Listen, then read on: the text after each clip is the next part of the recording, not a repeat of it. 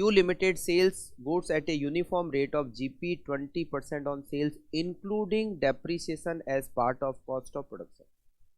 Its annual figure are as under: sales, material consumed, wages paid, it is 6 lakh, wages paid 480, manufacturing expenses 6 lakh, administrative expenses 150 और sales promotion expenses 75,000.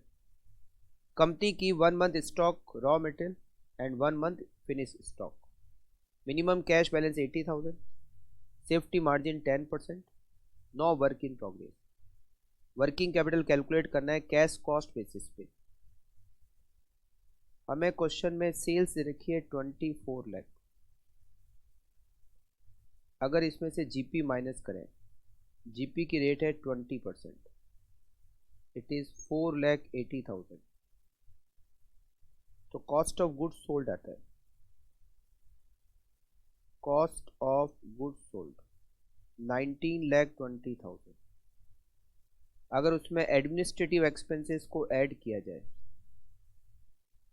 जो कि 1,50,000 है, उसमें selling expenses को add किया जाए जो कि 75,000 है, तो हमें टोटल कॉस्ट मिलेगी 19,20,000 plus 1,50,000 plus 75,000. Total cost 21,45,000. Sales कितनी है? सेल्स है 24 लाख, तो इससे नेट प्रॉफिट भी आ जाएगा. Net profit 2,55,000. Working note number second. ये जो कॉस्ट ऑफ गुड्स सोल्ड है, cost of goods sold which is 19,20,000, इसमें मटेरियल की कॉस्ट है. इसमें मटेरियल की कॉस्ट है 6 लाख. इसमें लेबर की कॉस्ट है. लेबर की कॉस्ट है 4,80,000. इसमें कैश मैन्युफैक्चरिंग एक्सपेंसेस है. कैश मैन्युफैक्चरिंग एक्सपेंसेस इसमें 6 लाख है.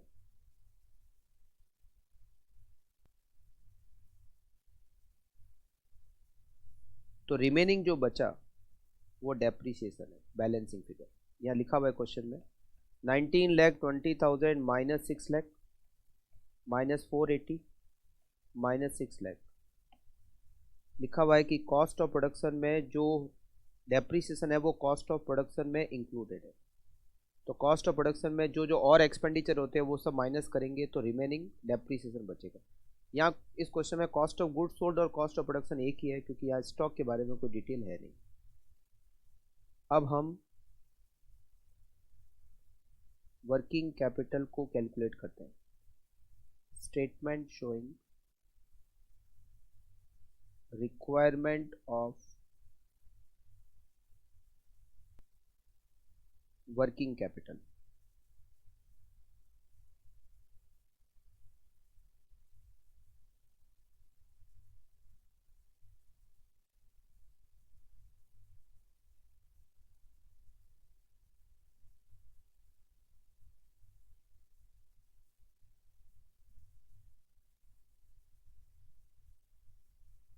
ए करंट एसेट्स, रॉ मटेरियल का स्टॉक. रॉ मटेरियल का स्टॉक हमें यहाँ फर्स्ट लाइन में दे रखा है 1 month stock of raw material. और रॉ मटेरियल का स्टॉक रॉ मटेरियल की कॉस्ट भी कैलकुलेट होता है. रॉ मटेरियल की कॉस्ट है 6 lakh divided by 12 into 1, 50,000. WIP stock है ही नहीं. फिनिश गुड्स का stock cost of goods sold में से डेप्रीसिएशन माइनस करके जो वैल्यू आएगी उस पर कैलकुलेट होगा. कॉस्ट ऑफ गुड्स सोल्ड 19,20,000, 2,40,000 का डेप्रीसिएशन माइनस करेंगे और फिनिश गुड्स का स्टॉक भी 1 महीने के बराबर है divided by 12 into 1. 19,20,000 minus 2,40,000 divided by 12 into 1,40,000 finish goods का स्टॉक। डेटर का वैल्यूएशन करेंगे, जो सेल्स है 24 लाख, उसमें से नेट प्रॉफिट हमने कैलकुलेट किया 2,55,000, उसको माइनस करेंगे। डेप्रीशिएशन जो हमने कैलकुलेट किया 240, उसको माइनस करेंगे क्योंकि वो कॉस्ट ऑफ गुड्स सोल्ड में शामिल है, डिवाइडेड बाय 12 इंटू सेल्स के आगे लिखा हुआ है 2 month credit, multiply by 2। 24 lakh minus 2,55,000 minus 2,40,000 divide by 12 into 2, 3,17,500। Debtor के बाद में कैश बैलेंस जो हमें यहाँ दे रखा है 80,000 cash balance. Prepaid sales promotion expenses, sales promotion expenses prepaid दिए गए। सेल्स प्रमोशन एक्सपेंसेस आगे लिखा हुआ है क्वार्टरली इन एडवांस, मतलब 3 महीने का एडवांस है, 75,000 divided by 12 into 3,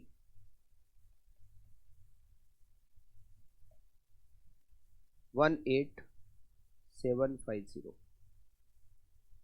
total A 50,000, 1,40,000, 3,17,500, 80,000 और 18,750, 606,250। B point current liabilities,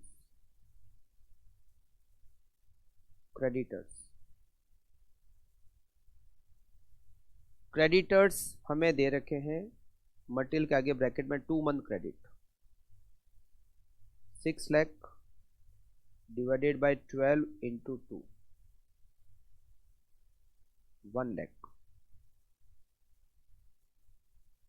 outstanding wages total है 480, मंथली पे करते हैं, नेक्स्ट मंथ पे करते हैं, मतलब 1 महीने का आउटस्टैंडिंग हो जाएगा 4,80,000 divided by 12 into 1, 40,000। Outstanding manufacturing expenses हमें दे रखे हैं 6 लाख, और ये भी 1 मंथ आउटस्टैंडिंग है, 6 lakh divided by 12 into 1, 50,000। Outstanding administrative expenses 150 है, और ये भी 1 महीने का आउटस्टैंडिंग है, 1,50,000 divided by 12 into 1, 12,500। Total B 1 lakh plus 40,000 plus 50,000 plus 12,500, 2,02,500। Working capital A minus B,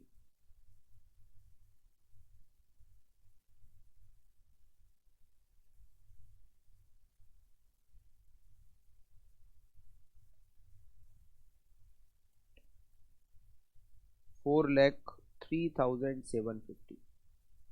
add करेंगे सेफ्टी मार्जिन, सेफ्टी मार्जिन के परसेंटेज दिए हुए हैं 10%, तो 10% होता है 40,375।